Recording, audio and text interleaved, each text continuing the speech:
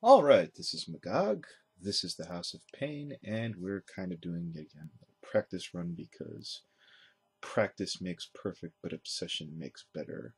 Um, I saw a video review for UFC 151, aka The Show That Never Was, by CMCK.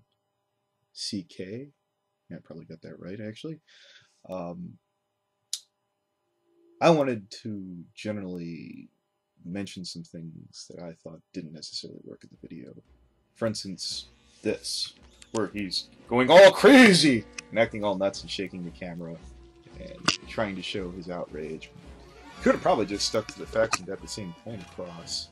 Um, there were plenty of things to complain about in UFC 151 that I wouldn't have dumped all at John Jones's feet. Let's take a look at the show. Let's see, I got the shaking the camera. Darn things come loose.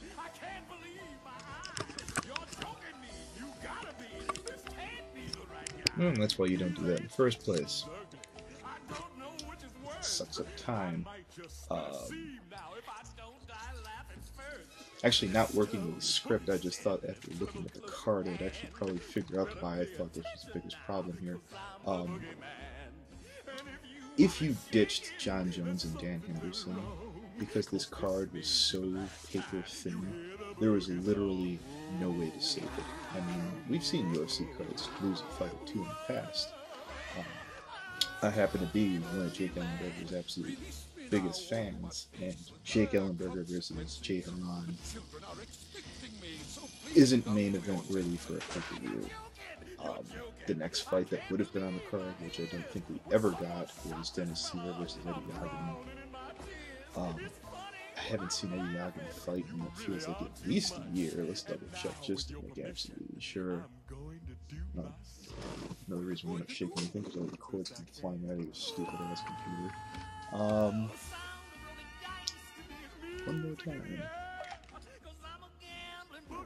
Just a fun little fact, just find out how long Eddie Yagin fought would be nice. Okay, April of 2012, and this would have been... date canceled. It doesn't show that. What date would you have done?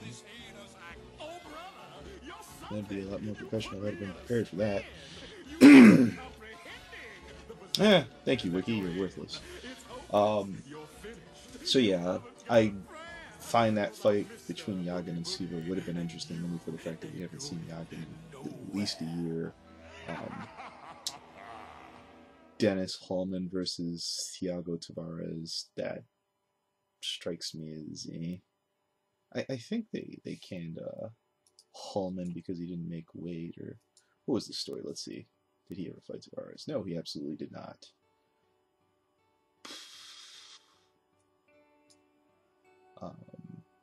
Another fight that we missed out on the main card would have been John Lineker versus Yoshihiro.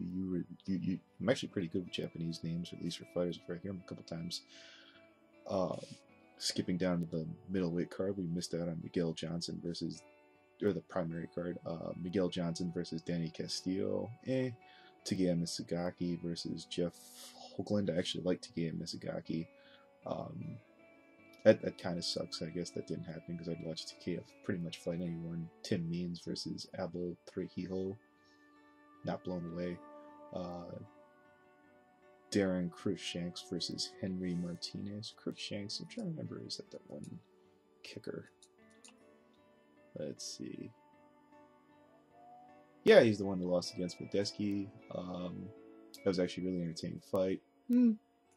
I lament that fight getting canceled. Shane Roller versus Jacob Volkman, seeing as I'm the only guy I know who actually minds to watch Jacob Volkman, and when they did have this fight, Jacob actually finished Roller lickety-split.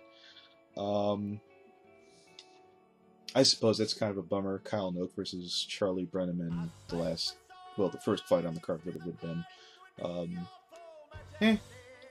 This isn't a fight or a fight card that you should feel like, oh my god, I got robbed because of John Jones wouldn't fight. I'm happy it didn't happen. This should have been a wake-up call to Dana White. That you can't put on shit this thinly sparsed and have a pay-per-view. It felt like a ripoff. And thankfully, nobody had to get it. Yeah, I know it's pay-per-view, nobody has to get it anyways. I can't act like this is a professional thing and I have to go order it to review it. It was a bad pay-per-view, or at least it looked like it would have been a bad pay-per-view by memes. I certainly don't blame Jon Jones. Not utterly loving everything that Jon Jones did. If that fight would have happened and Dan Henderson would have knocked him out, I'd been happy. I sure as hell don't blame Greg Jackson for this. This was a Dana White problem. And what did Dana White do when this went wrong? He ran along and he found someone else to blame. And that's it. Alright, I'm going to go back and try and edit this and see what we can add and what we can take out. As a bonus, we're doing a full-on reaction to 151. Ready to see what it looks like?